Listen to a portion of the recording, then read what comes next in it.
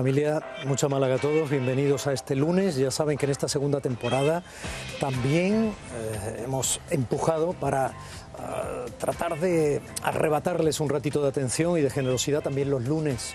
Intentamos conseguir desde la seducción con nuestro trabajo, hacer posible un trabajo riguroso y ojalá que entretenido. Pues hombre, no sé si su abrazo, eso sería tremendo, porque son ustedes muy afectuosos a través de las redes sociales o cuando nos comentan algo por teléfono, por carta o nos saludan por la calle, pero si no su abrazo, al menos un poquito de su respeto. Hoy vamos a tener la música de Gemma Cuéllar, es una artista, una guapa artista malagueña que lo hace muy bonito, una cantautora con mucha clase, que alcanza un puntito íntimo muy atractivo. Vamos a recoger un poco lo que luego va a ser inmediatamente después de Málaga 10-1 el Testigo Deportivo, a la inversa. Les vamos a decir con mi compañero Frank Cristófol de qué va a ir hoy el programa de deportes, 101 Deportes, y vamos a comentar mínimamente qué pasó ayer en el Calderón, en el partido entre el Atlético de Madrid y el Málaga, y menos mal, por lo menos qué pasó también con el Unicaja. Y los lunes hemos optado por tener debate, una tertulia amplia con gente notoria que tiene capacidad contrastada para el análisis y que creo que les va a interesar al menos lo suficiente como para no sentirse desplazados de los contenidos habituales del programa. Dicho esto, hoy lunes también toca revisar 107 años de historia blanquiazul del fútbol en Málaga. Y cuando hacemos eso, normalmente lo hacemos con esta cortinilla, como decimos la gente de la televisión, esta.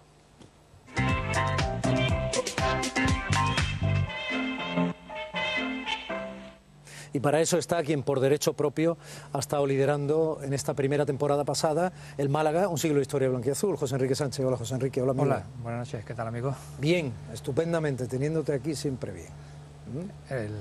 El placer es compartido. Hoy vienes un poco a caballo entre la historia y el presente, ¿no? Por lo que veo, por el material que nos traes, ¿no? Sí, porque, bueno, después de este verano y de esta situación, digamos, de satisfacción por estar ahí en la Champions, pues digo, bueno, pues siempre vamos a mirar como hacemos habitualmente hacia el pasado, porque es uno de los objetivos de esta sección, el que esa historia que está ahí desde hace 100 años, más de 100 años, pues que no caiga en el olvido. Pero haciéndolo desde ese trampolín de sentirnos campeones en Europa. Decíamos cuando hicimos la serie hace ya muchos años, marcarle un gol al olvido, ¿no? Efectivamente, esa es una frase tuya, marcarle un gol al olvido. Ya ni recordaba que era mía, pero me gusta, es terrible. No recordaba que era mía, pero me parece interesante.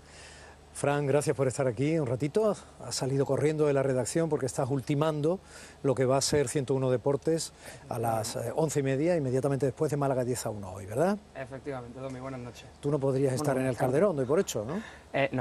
No pude. No pude porque estuve por la mañana en el Carpena. Si no, me habría ido corriendo. Ya ves. Yo sé que tú te vas hasta corriendo. Yo he estado los últimos años en el Calderón y en todos los partidos de Madrid se disfruta mucho allí. Esta vez no habría disfrutado tanto. Bueno, vamos a ver. Bueno, no fue el día del Málaga, pero pudo haber sido peor, al fin y al cabo. Y luego el Falcao está incontestable, ¿eh? Pudo haber sido mejor también. Si en el minuto 89 Wellington no... Es verdad. Falcao no empuja por detrás a Wellington, que habría que ver si es falta o no esa jugada. Podríamos estar ahora hablando de ese gol en propia puerta, quieres decir, efectivamente, ¿no? De todas maneras, no fue el día del Málaga. No fue el día del Málaga que conocemos. A lo mejor el día de otro Málaga, ¿no? De otros Málaga con otros juegos, no el Málaga de Pellegrini. Bueno, pues bueno, ahí tienes también al Madrid, que es el Madrid de... El Madrid lleva sin jugar, el Madrid lleva sin jugar bien desde que se fue Pellegrini. Bueno, pero te quiero decir que bueno, no quiero bronca, campeón de Liga, pero bueno, también lleva unos cuantos puntos perdidos y dos partidos perdidos. Es decir que... Bueno, el Málaga sigue tercero, ¿no? Exactamente. Las carambolas han hecho que siga tercero. Sí. Entonces... Bueno, hiciera lo que hiciera, iba a quedar tercero porque la jornada se dio perfecta. Sí, el resto digamos, de resultados pues acompañaron para que de alguna manera el Málaga... Imagínate si se hubiera llevado al menos un punto. Sí. Pues entonces sí que hubiera sido perfecto. Pues sí. Al menos, digo, ¿no? Bueno, probablemente el comentario de Pellegrini es ese. El resultado justo hubiera sido quizás un empate.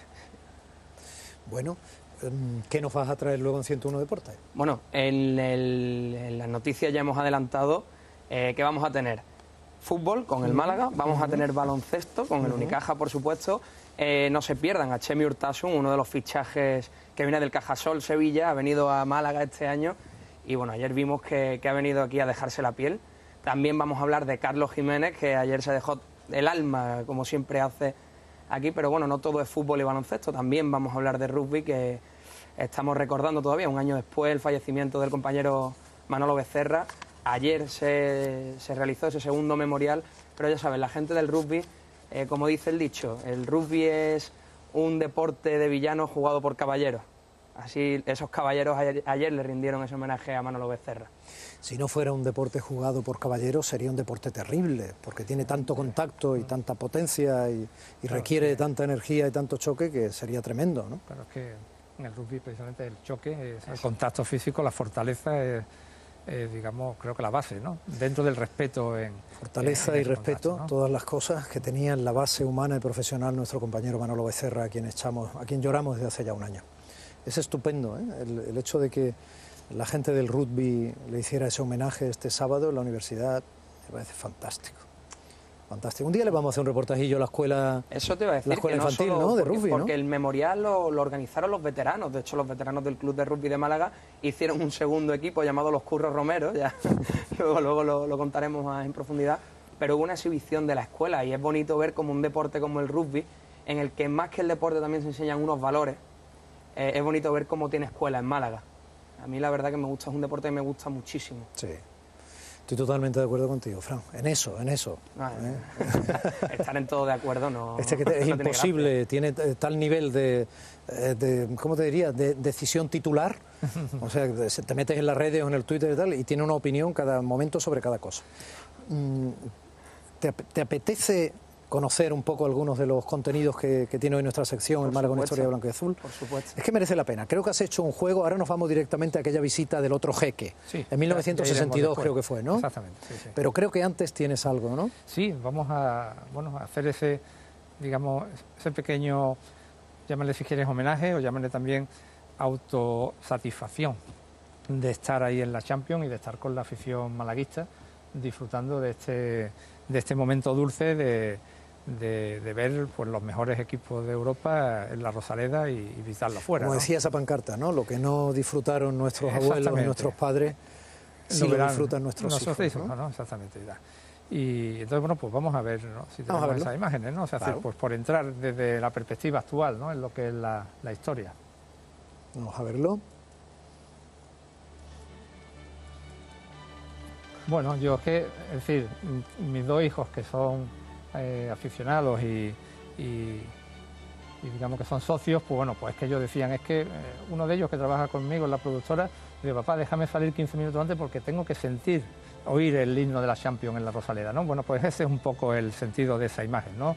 Estamos en la Champions y recordando, digamos, el espíritu de esta sección y del siglo de historia blanquiazul, bueno, pues esta frase en la que efectivamente lo que no vieron nuestros abuelos, pues lo verán nuestros hijos, ¿no? Yo creo que es el eslabón, esa frase, entre lo que estamos intentando en el programa de recuperar la historia y las imágenes que en muchos casos no tuvieron la repercusión mediática, lógicamente, como es hoy en día, pues hacia los aficionados de hoy, pues que no las pierdan, que las valoren, que las tengan en su mente y que también se las transmitan a sus hijos dentro de lo que todos queremos que sea el Málaga, ¿no? Un equipo de estar ahí arriba, ¿no, Fran? No, es que estoy escuchando el himno y me estoy acordando del partido de la previa contra el Panathinaikos en tribuna, porque no estaba en mi sitio, estaba en tribuna, me compraron las entradas ahí, se me saltaron las lágrimas a mí y a los 4 mayores que yo que estaban a mi lado. Sí, y los goles se celebraron ese día como nunca y la Rosaleda ese día animó como nunca. Sí. Y efectivamente, vamos, yo pues ese día, bueno, recordaba a mi padre, ¿no? Y recordaba a muchos amigos de él y jugadores. ¿Tú sabes que el padre de José Enrique fue árbitro? Fue árbitro y directivo del Málaga. Y... Yo he jugado con su hijo al fútbol, con los 2 hijos, he jugado al fútbol desde pequeño. Sí, y entonces, bueno, pues recordaba, cuando vi esa pancarta desplegar, pues bueno, me pareció una especie, digamos, de homenaje y me agradó especialmente por ver que, digamos, que este sentido de intentar que no se pierda la historia ha calado, ¿no? O sea, está ahí y, digamos, y en una zona como la del Frente Boquerón, ¿no? Que siempre se dice o se decía, ¿no? Que podían ser hinchas como, digamos, con menos nivel intelectual, pues no, ahí lo tienes. O sea, fíjate tú que esa frase está hecha por ellos y esa pancarta está hecha por ellos y recoge ese sentimiento. Bueno, ojalá sea ese el horizonte que elijan, ¿no? Yo espero para que sí, vivir con pasión el seguimiento de su equipo, del equipo de su ciudad, ¿no? Claro, porque desgraciadamente los radicalismos alrededor del mundo del fútbol han existido, forman parte de nuestro tiempo y no es precisamente lo que al fútbol le falta, sino más bien lo que le sobra. Exactamente, lo que le sobra. Y bueno, ha habido una época en la que desgraciadamente pues esos radicalismos también fueron impulsados por algunas directivas, por razones las que fueran, y eso se ha desmandado. Yo creo que dentro de cierto nivel se va reconduciendo, aunque desgraciadamente pues siga habiendo... Pero cada vez menos, cada vez más residuales. Exactamente, más residuales, ¿no? O sea, esos comportamientos creo que tal. Bueno, nos vamos a 1962. Exactamente. Entonces, bueno, pues retrocediendo desde este trampolín que es la historia, pues nos vamos a ir al 62 porque ahora que hablamos del jeque, y el jeque que ha estado tan en boga durante este verano, pues ya hubo, no un jeque, hubo un rey saudí en la Rosaleda en el año 62, el rey Saud de Arabia Saudí, que nos visitó. Y bueno, pues tenemos aquí imágenes de tal. Y bueno, vamos a volar de la mano del jeque Al-Hattani en su alfombra voladora, vamos a volar hacia el pasado, o sea, siempre intentando además sacar una sonrisa, ¿no? Claro, que es de lo que se trata, ¿no? Claro. Y nos volvemos con el rey Saud, o sea, estamos en 1962, febrero del 62, y el rey Saud, que ha venido a España de viaje privado, pues está ahí en el palco de la Rosaleda, pues aclamado como lo ha estado el jeque Al-Thani. Bueno, esa era el litoral malagueño de entonces. Esto era Torremolinos, o sea, fíjate tú, Torremolinos, la Carihuela, lo que era Montemar, y ahí a la izquierda tenemos el Hotel Pez Espada, el primer gran hotel de la Costa del Sol, y el rey Saud pues se aloja. Bueno, esto es la terraza del Carihuela, o sea, esta es música, es de la época, es música, digamos, de orquesta, porque las veladas en la terraza del Hotel Espada, bueno, pues eran maravillosas, ¿no?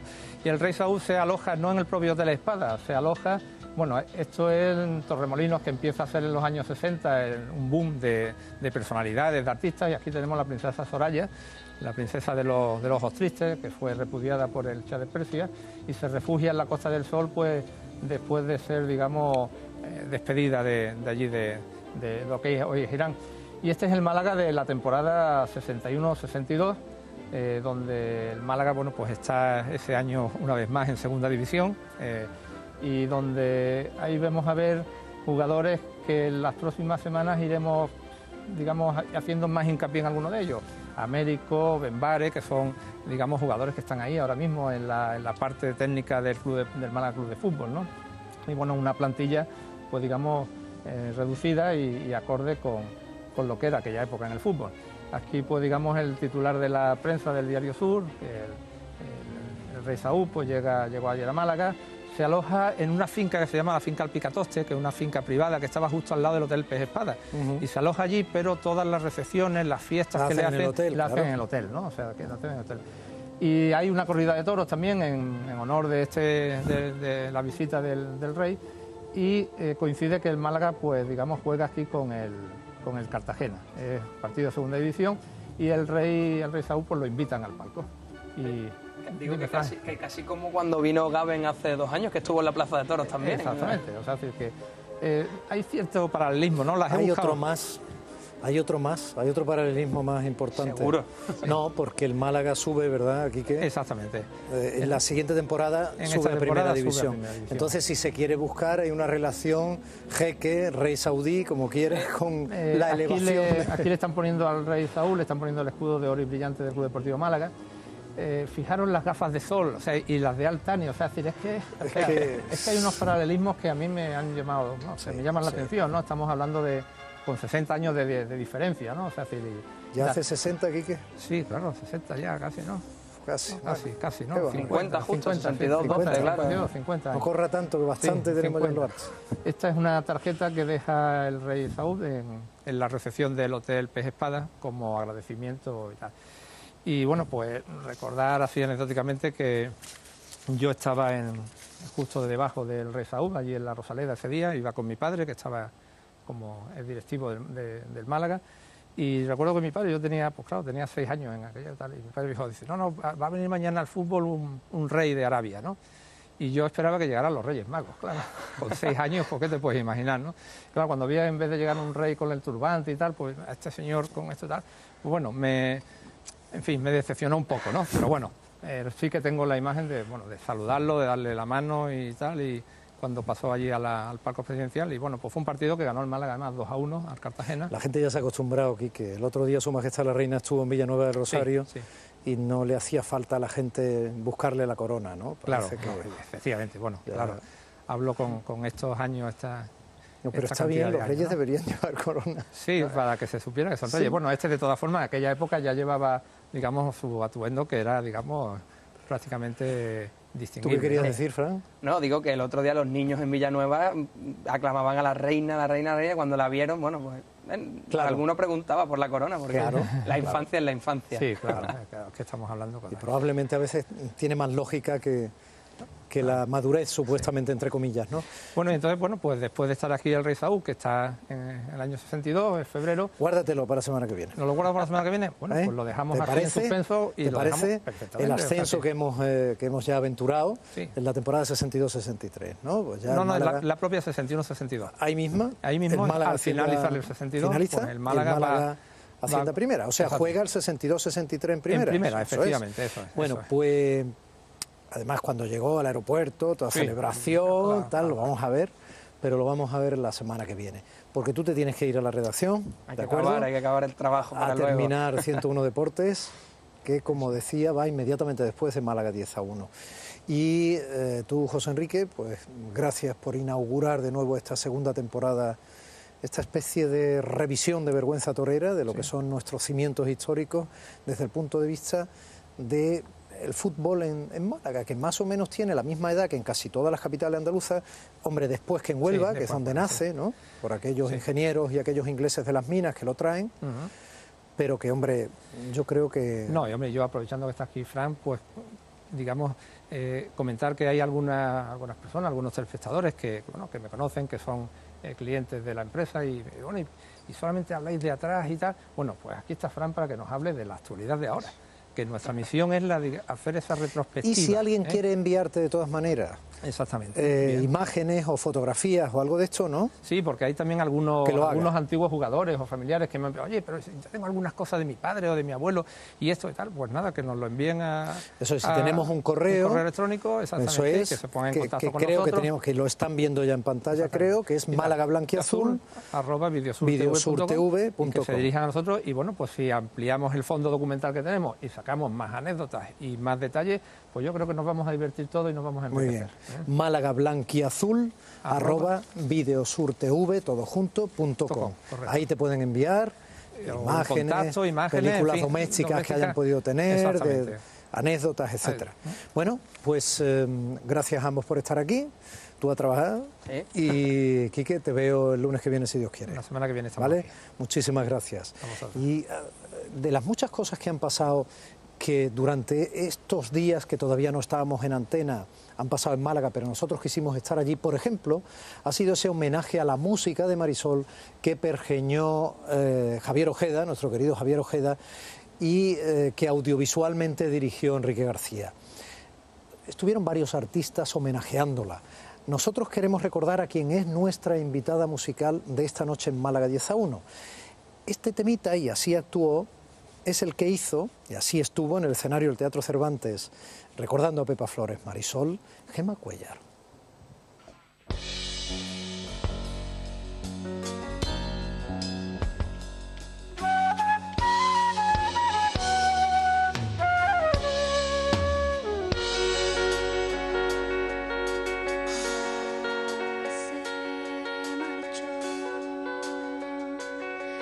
Ese tiempo que tuvimos, mi amor, todo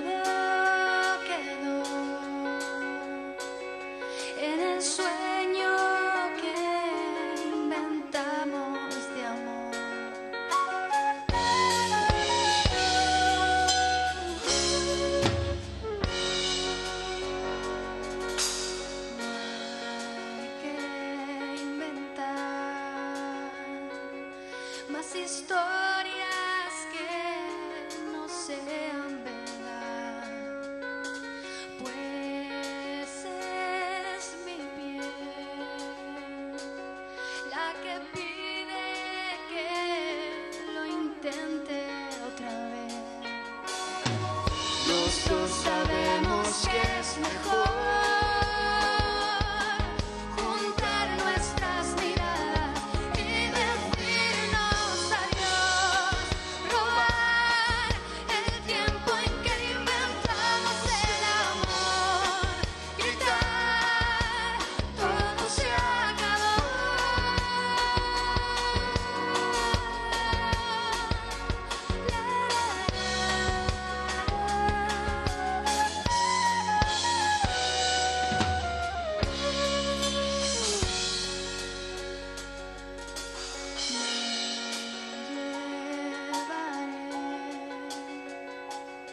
De equipaje mi vida y tu ayer. Despertaré mil historias que siempre callé. Los dos sabemos que es mejor. Qué fácil es acompañarse de tu música, Gemma, y qué bonito lo haces. Gracias. ¿Esa canción la elegiste tú o el Javier No, fue Ojeda te Javier, dijo, sí, fue Javier tú quien- cantas esta? No, me dio a elegir entre algunas y Sí. que más o menos iban un poco acorde a mi estilo. Sí. Y yo decidí cantar esta porque para mí era una de las más bonitas. Pues es muy bonita. La verdad es que para mí fue todo un honor estar ahí y cantar canciones de Pepa Flores. ¿Sí? Sí. ¿Tú qué recuerdo tienes de Marisol de chica? Pues a lo yo- mejor ni te pilla, no sé si viste ni siquiera alguna película Sí, yo era- donde yo era- ella cantaba el Corre, corre caballito. no Era sé. muy fan. ¿Sí? Yo me ponía delante de la tele, a menos de un metro de la tele, y me sabía todas las canciones, veía las películas todas. La verdad es que yo era muy fan y por eso para mí fue un sueño hecho realidad. Gemma Cuéllar estuvo con nosotros hace algunos meses, no demasiados, y ya apostábamos clarísimamente por ella. Nos sedujo con facilidad y estamos viendo poquito a poquito cómo crece profesionalmente y cómo va difundiendo su personalidad y tu música. Pues te he visto ya hasta en televisión española incluso, ¿no? Sí, estuve, también canté 3 temas por allí, por televisión española, y actualmente lo siguen emitiendo por la noche de madrugada y mucha gente me avisa. ¿Estás ahora mismo en la tele? Dice, Gemma, De madrugada. estaba que no, tengo insomnio y de pronto te he visto y he dicho, ¿me habré quedado dormido Sí. o eras tú? Sí. Bueno, ¿y eso qué significa, Gemma? Pues eso significa que vamos poquito a poco y sobre todo con buena letra. Yo creo que esa es la manera, ¿no? Estamos fascinados algunos porque yo no sé si saben que 5 malagueños están nominados a los Grammy Latinos de este año, que serán en noviembre, el 17 de noviembre en Las Vegas. 5 malagueños, eso yo no sé si se ha dado en alguna provincia alguna vez. Les hablo incluso ni siquiera de Madrid, ¿eh? 5 malagueños. Y luego hay gente como Gemma y otros artistas que estamos conociendo que sois incontestables, que sois muy interesantes y que tenéis, como en tu caso, una presencia escénica y personal, ¿no? que nadie os puede quitar. Es asombroso. Gracias.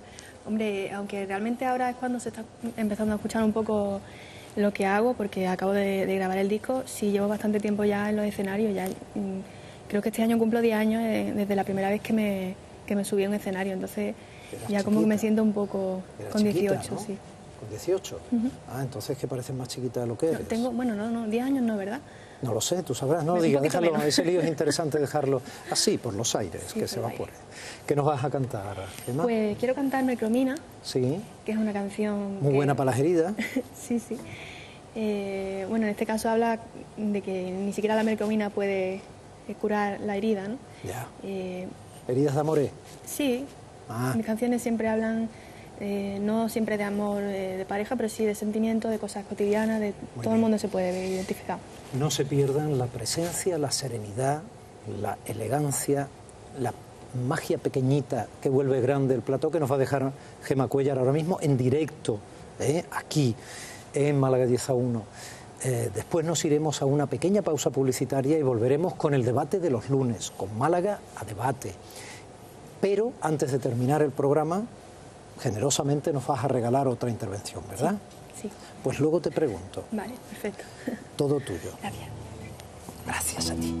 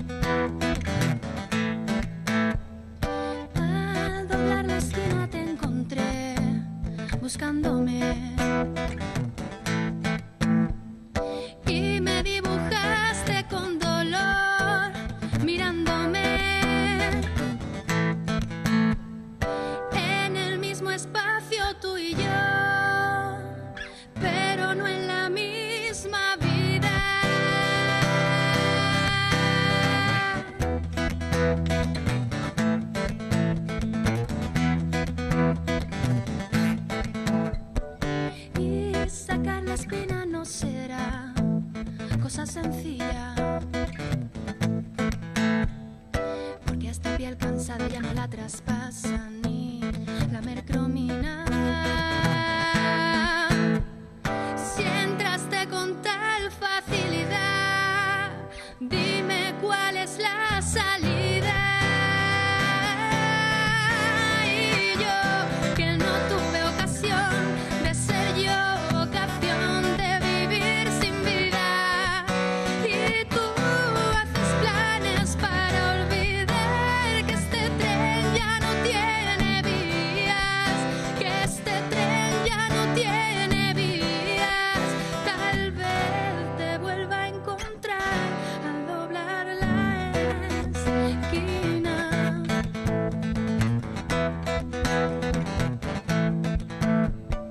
Entre la pared y yo está el abismo, y me alejo sin la pretensión de huir. Si entraste con tal facilidad, ahora dime cómo te voy a sacar.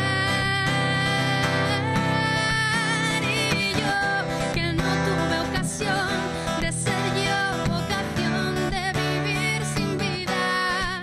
Y tú haces planes para olvidar que este tren ya no tiene vías, que este tren ya no tiene vías. Tal vez te vuelva a encontrar al doblar la esquina.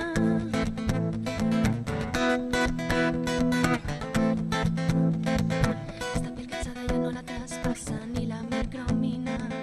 Un par de tiritas y a la calle para engañar al día. Pero la noche es más inteligente, me deja solas con la mente, y los fantasmas se ríen en mi cara, y vuelvo al punto donde me perdí. Yo, que no tuve ocasión de ser yo, ocasión de vivir sin vida. Y tú haces planes para olvidar que este tren ya no tiene vías, que este tren ya no tiene vías. Tal vez te vuelva a encontrar al doblar la esquina.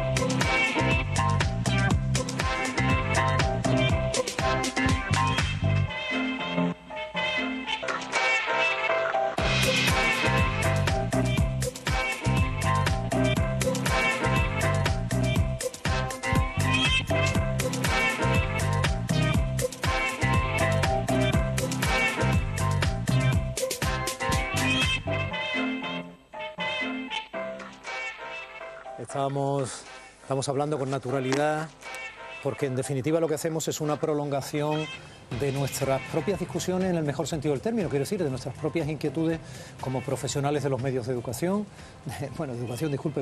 ojalá fueran los medios de comunicación, perdonadme, aprovecho el error, medios de educación también, ¿vale? Yo, como profesionales de los medios de comunicación o como profesionales, en este caso, como el profesor Ángel Rodríguez, como catedrático de Derecho Constitucional en la universidad, o en definitiva como ciudadanos que hace ya mucho tiempo optamos por no pasar desapercibidos, no nosotros como tales, sino como fiscalizadores o personas que miran un poco su entorno y les preocupa la realidad, viendo cómo crecen sus hijos en defensa propia, ¿no? Para ver qué realidad vamos dejando a los demás, ¿no? Había una frase muy bonita que comentábamos en la sección del Málaga, una historia blanquiazul, que era esa pancarta que había en ese encuentro de la Champions, que decía: lo que no pudieron ver nuestros abuelos, por fin lo verán nuestros hijos, o algo así. Pues puede ser perfectamente extrapolable a la preocupación mínima de que lo que nos está ocurriendo en este tiempo líquido de cambio, que puede ser apasionante si lo vemos desde fuera, si te toca vivirlo y te toca vivirlo además y te moja ese tiempo líquido hasta el punto de dejarte desahuciado, pues hombre, no es tan apasionante, lo que es regulín. Gracias, Teodoro León, por estar con nosotros, muy amable, maestro, compañero, gracias. Viene sin carné, lo digo haciendo alusión a tu artículo de hoy, de ningún tipo, solo el de la Facu.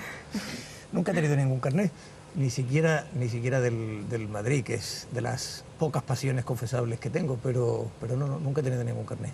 Madrid, ni siquiera el de la biblioteca. En Madrid eran esos fascistas o mercenarios contratados por el general portugués que decía Pérez Reverte ayer en las redes sociales para provocar verdaderas barbaridades en quienes le contestaban, ¿no? Parece que las redes no admiten matices ni ironías, ¿no?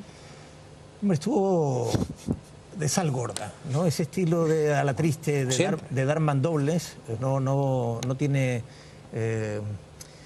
una daga florentina o un bisturí. Pérez Reverte se caracteriza por el espadón y ciertamente ayer tuvo alguno acertado, pero en términos generales fue muy aparatoso y naturalmente consiguió el efecto que pretendía, claro, que era provocar una reacción enardecida en muchos tuiteros que estaban esperando la gasolina, ¿no? para contribuir al incendio.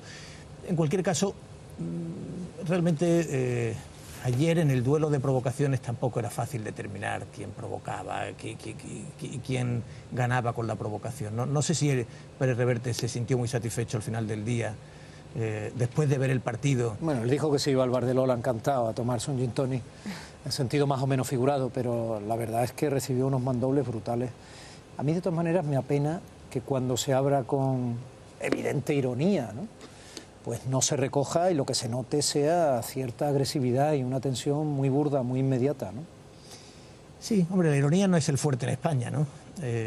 Para otras culturas septentrionales quizás sí, pero aquí la navaja cachicuerna es un instrumento de mayor uso, de mejor uso común. Eso de la navaja cachicuerna es muy revertiano también. Ángel, yo te nombraba antes, gracias por estar aquí. ¿Tú eres a andar por ahí con tu avatar por las redes o no? No, muy poquito, no soy muy aficionado. Y además me preocupa un poco que esto que se acaba de decir, que es completamente cierto, de que no somos un país muy dado al distanciamiento, a la visión un poco distanciada, irónica de las cosas, se acrecienta con el formato de las redes sociales. Sin duda alguna hay mucha mayor participación, hay mucha mayor implicación de un gran número de personas que están constantemente en el candelero, pero no es, creo yo, el formato más adecuado para hacer un análisis sosegado, mesurado, ni siquiera irónico. A lo mejor una cosa se retroalimenta con la otra, ¿no? Y tenemos una forma de comunicarnos que es especialmente cercana a nuestra forma de pensar, ¿no? Creo que eso puede ser un problema. No soy muy apocalíptico, pero tampoco soy un perfecto integrado con esto de las nuevas tecnologías y los nuevos medios. ¿Y tú eres del Barça, del Madrid o solo del Málaga, como alguno de nosotros?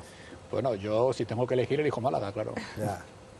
Bueno, este es más valiente, ¿te das cuenta? Luego dice que el Reverte es provocador.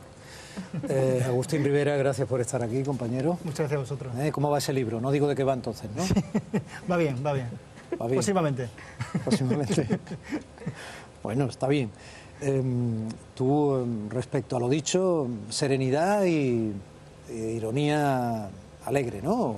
Sí, yo creo que siempre. Yo creo que eso tiene que ser el talante sí, que tenemos que tener, sí. Aunque uno no sea del Madrid empedernido como Todoro, sí también, pero bueno, soy más malaguista, pero bueno, pero también uno tiene un corazón tan blanco, como decía Javier Marías. Pero tú eres de los que pensaban también que el partido de ayer era una escenificación de la independencia de un territorio respecto a los que representaban el nacionalismo del gobierno central o de la vieja España. No, me parece un absoluto error identificar la bandera de Cataluña con el independentismo. O sea, yo creo que eso ha sido un error que creo que algunos medios lo han sacado en portada y evidentemente no. La señera no es el símbolo de la independencia. La señera es el símbolo de Cataluña y hay muchos catalanes que quieren seguir siendo españoles. Ayer no había muchos allí en el Nou Camp, pero bueno. Porque respecto a lo de apropiarse de la bandera es lo que llevan haciendo no solo los territorios, sino los políticos toda la vida, no necesariamente la dictadura, ¿no?, que es todavía la herida por la que respiramos.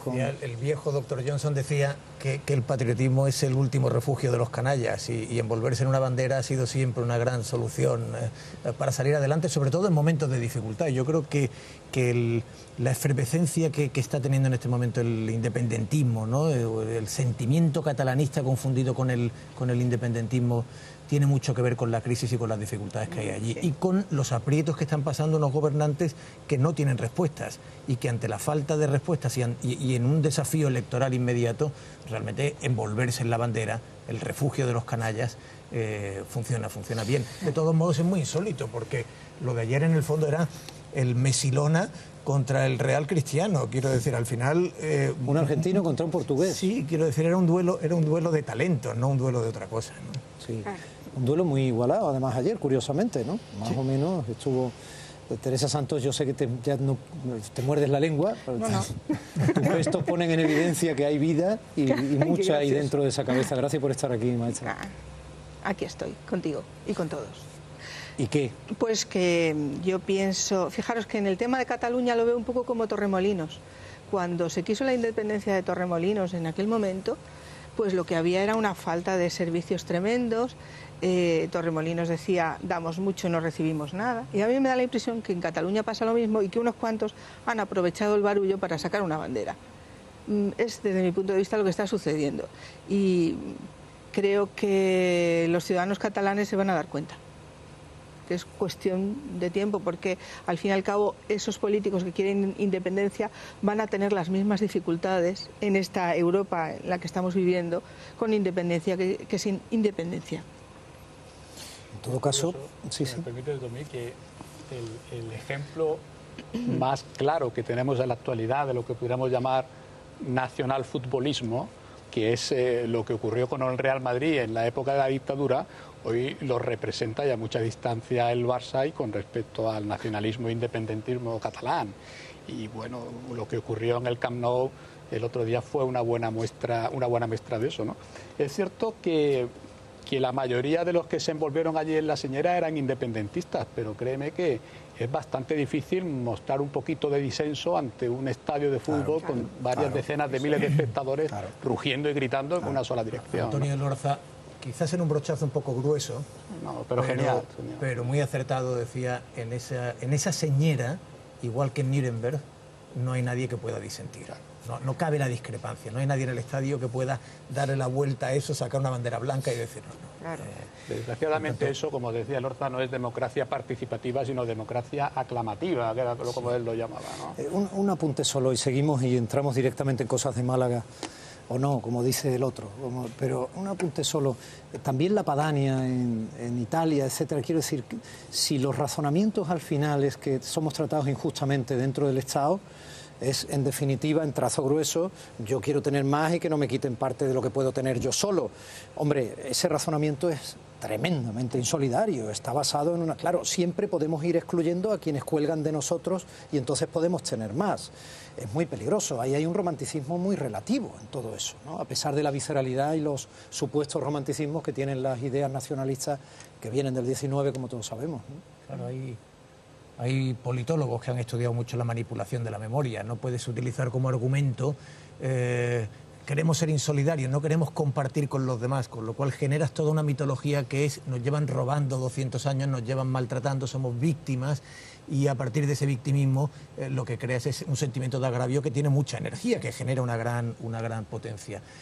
La realidad, evidentemente, es que cuando vas a los razonamientos concretos, materiales, el problema es que están compartiendo parte de su riqueza y que tratan de compartir como mínimo una cantidad inferior, es decir, porque la oferta aquella del pacto fiscal tenía esa intención, es decir, bueno, estamos dispuestos a quedarnos, pero si no nos pedís que compartamos o que compartamos realmente en la medida establecida, ¿no? Claro.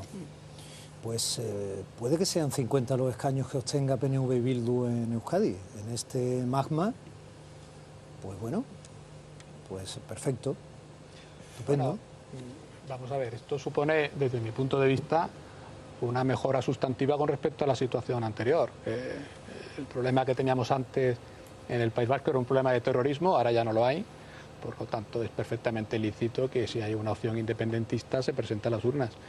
Y si la gente lo vota, pues tendrá los escaños que tenga que tener. Yo creo que, volviendo al tema catalán, estoy de acuerdo, como se acaba de decir, que hay una falacia tremenda, porque es cierto que Cataluña es la comunidad autónoma que más aporta, pero porque es la comunidad autónoma más rica, es evidente.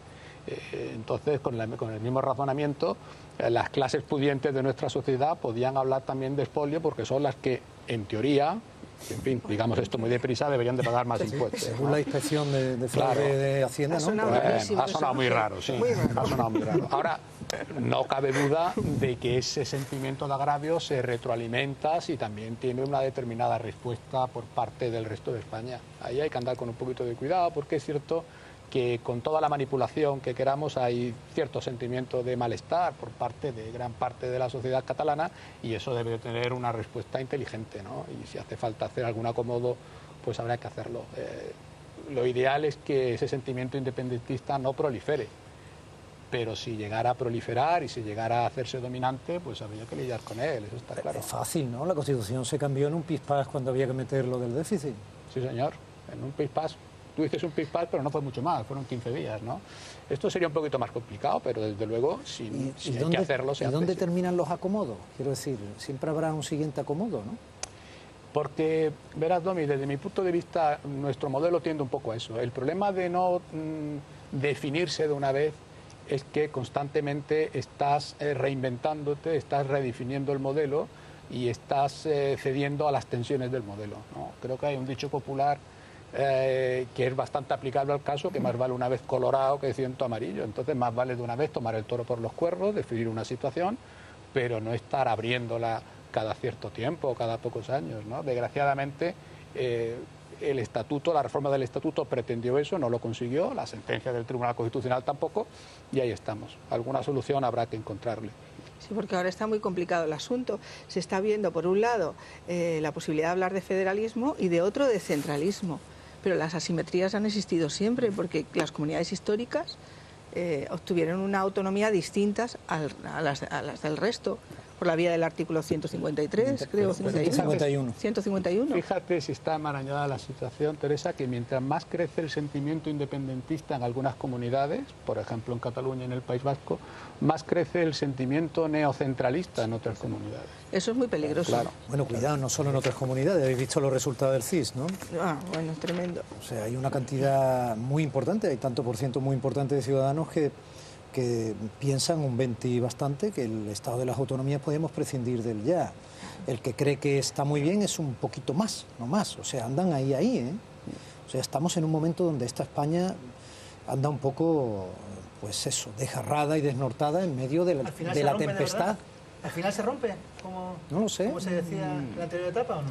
Yo no sé si el verbo es romperse, pero desde luego a lo mejor es que está rota ya, yo no lo sé. Pero Domi, ¿qué se cuestiona? ¿El modelo o quienes han ejecutado ese modelo? Obviamente. Porque es que claro. el modelo es una historia y las personas que lo ejecutan otra. Claro. ¿Eh? Carrillo, que en paz descanse, se tiró toda su vida diciendo, desde que abrazó el eurocomunismo, que lo que se cuestionaba no era el comunismo, sino el comunismo soviético. Ya. Claro, es que estamos en lo mismo, pero es que las praxis son las praxis. Hay algo que decía Ángel hace un momento que me parece importante, ¿no?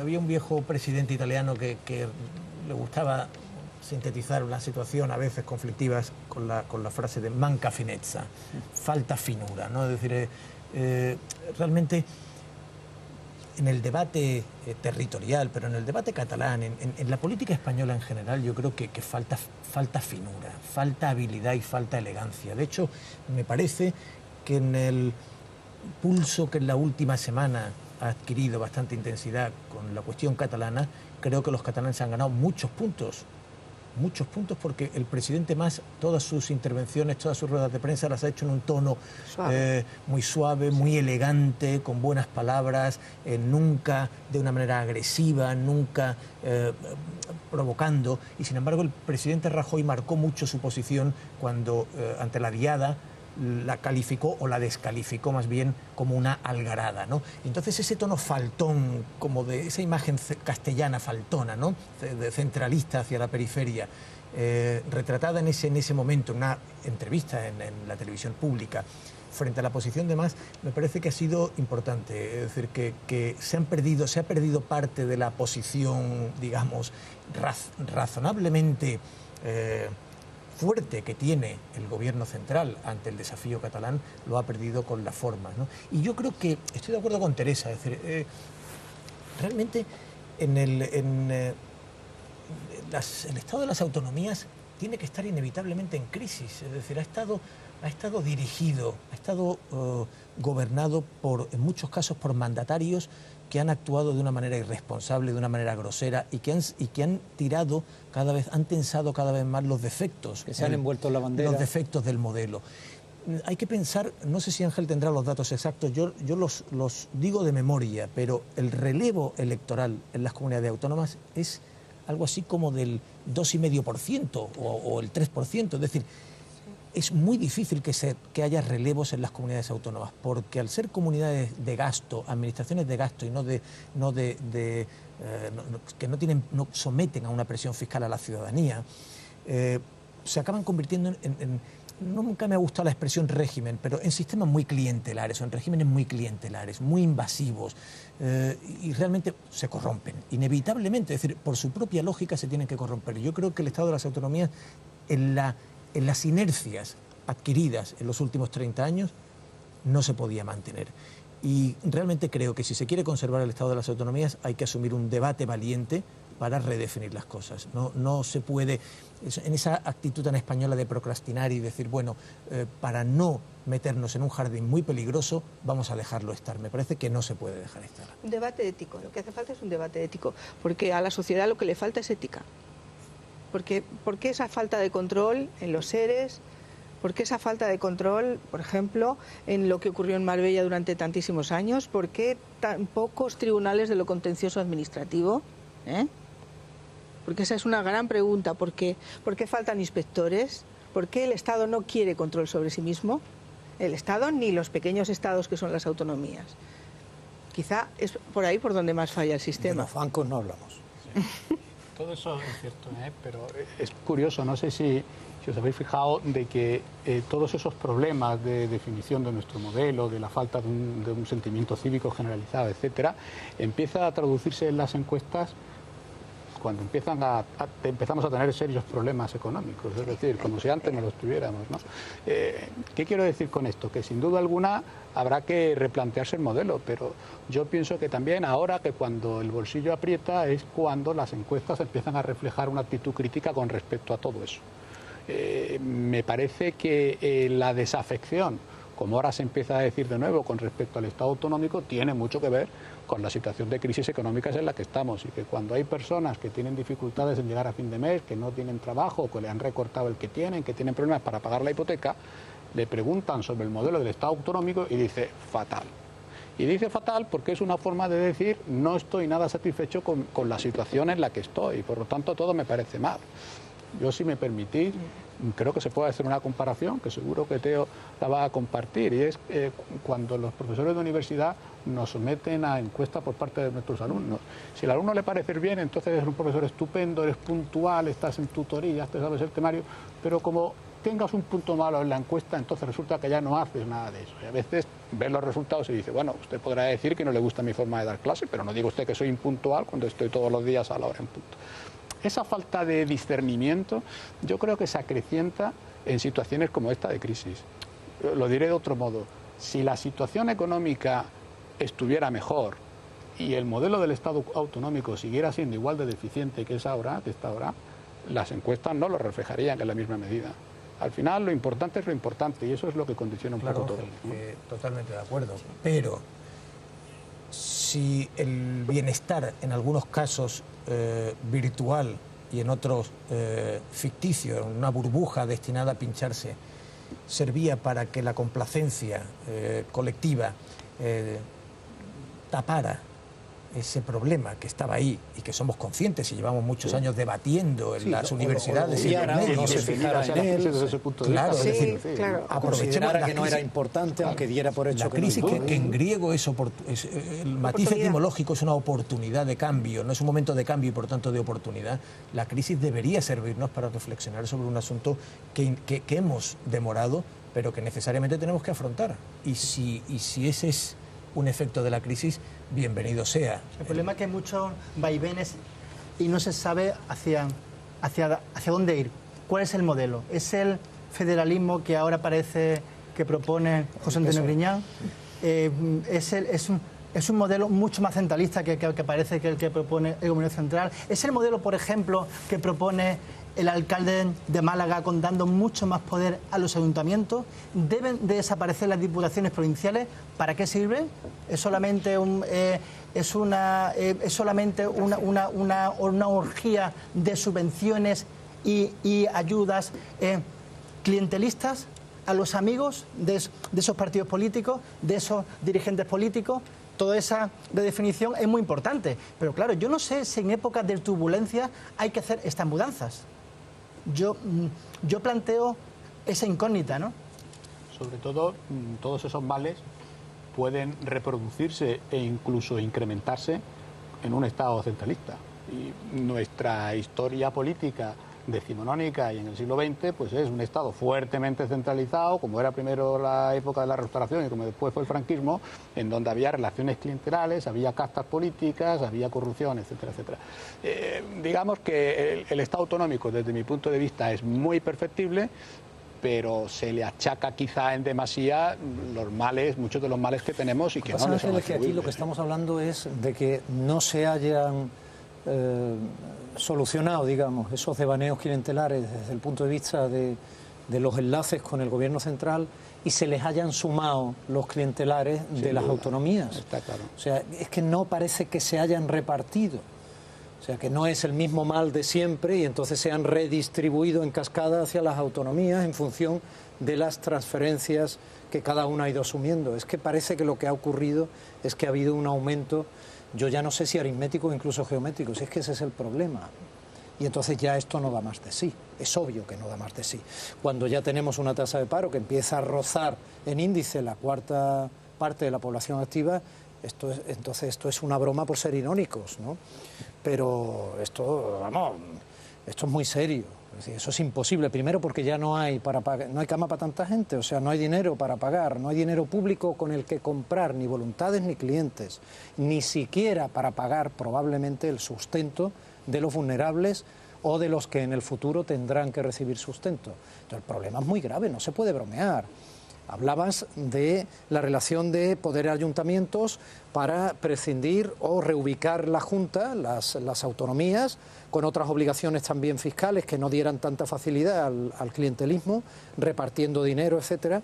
Con respecto a que desaparecieran las diputaciones, de la misma manera, la idea federalista que ahora está promoviendo Rubalcaba y Griñán pasa por reforzar el Senado, cuando el Senado es una cáscara vieja ahí de segundo orden que solo servía para ida y vuelta de las leyes, que es una especie de escenificación legal, ¿no? Entonces también podíamos quitárnoslo. Habría que preguntarle al Partido Socialista por qué en su día no utilizó las diputaciones como prolongación provincial de la Junta de Andalucía, que hubo un debate sobre eso y no se aprovechó. ¿Y por qué ahora quiere reforzar el Senado? Yo me da igual, lo que estoy diciendo es, el problema es suficientemente grave, como para que nos demos cuenta que cuando la gente dice en el CIS que es que solo un 2,9 de los consultados califica la situación del país como buena. Política, digo. Yo creo que tiene razón Ángel. Pero estamos hablando de un 73,2. Que dice que es mala o muy mala. En el estado del bienestar, ¿dónde estaba toda la gente que estaba hoy en el 15M? Cuando estábamos en el estado del bienestar. Bueno, yo no lo sé, evidentemente, pero ¿qué quieres decir? ¿Que no estaban? Es que... Pues exactamente, que se ejercía la democracia votando cada 4 años. Sí, pero y eso no basta, no hemos profundizado suficientemente. Pero el descontento político empieza cronológicamente única y exclusivamente cuando llega la gran crisis, no estoy de acuerdo. No, yo no digo eso. Yo lo que digo es que la sociedad en su conjunto no ha sido capaz de poner freno a determinadas cuestiones porque era mucho más fácil vivir mirando la tele en el salón de la casa de cada uno. Es lo que quiero decir. Claro, las responsabilidades no son iguales, ¿no? La máxima responsabilidad la tiene quien está gobernando, evidentemente. Pero también hay una responsabilidad individual. Vale, pero ¿cuánto tiempo llevamos criticando que no hay saneamiento integral en la costa? ¿Quiénes lo criticamos? Pues mira, hay una anécdota bastante curiosa, lo del saneamiento integral de la Costa del Sol. Joaquín Marín, en su primera rueda de prensa como becario en prácticas del Diario Sur, ¿sabe qué tema cubrió? Que fue luego director del Diario Sur, luego fue responsable de la Canal Sur Televisión, luego fue el primer director de La Opinión. Sí, pues en su primera rueda de prensa, años 71, 72, cubrió el inminentemente, o sea, las inminentes obras de saneamiento integral de la Costa del Sol. Han pasado más de 40 años, es un dato. Cada partido político ha prometido lo mismo y nadie ha hecho absolutamente nada.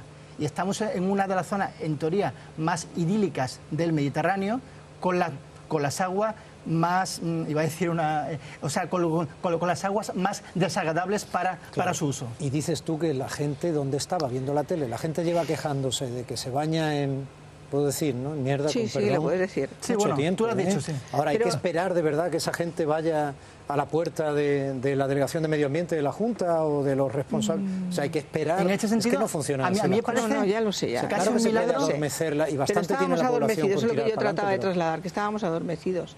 Porque igual que dice el del saneamiento, pasa con la ley de costas, que es del año 80, y los deslindes se acaban de hacer o se están terminando en este momento. Entonces, si tú no sabes cuál es el dominio marítimo terrestre, ¿cómo vas a cuidar la costa? ¿Y por qué los ciudadanos no se preocupan de eso? A propósito, Porque que la nueva pregun- ley parece que eterniza de nuevo Esa hasta es otra. 75 años vista la situación actual, ¿no? Teo, adelante. Déjalo. Está deseando. Un respiro solo, porque ya están saliendo, como ven, varios temas que es una pequeña añagaza para venirnos directamente aquí. Por favor, si siguen siendo tan generosos como siempre, vuelvan. Es una pausa publicitaria cortita y con anuncios muy bonitos que hacemos la mayoría de nosotros. Gracias.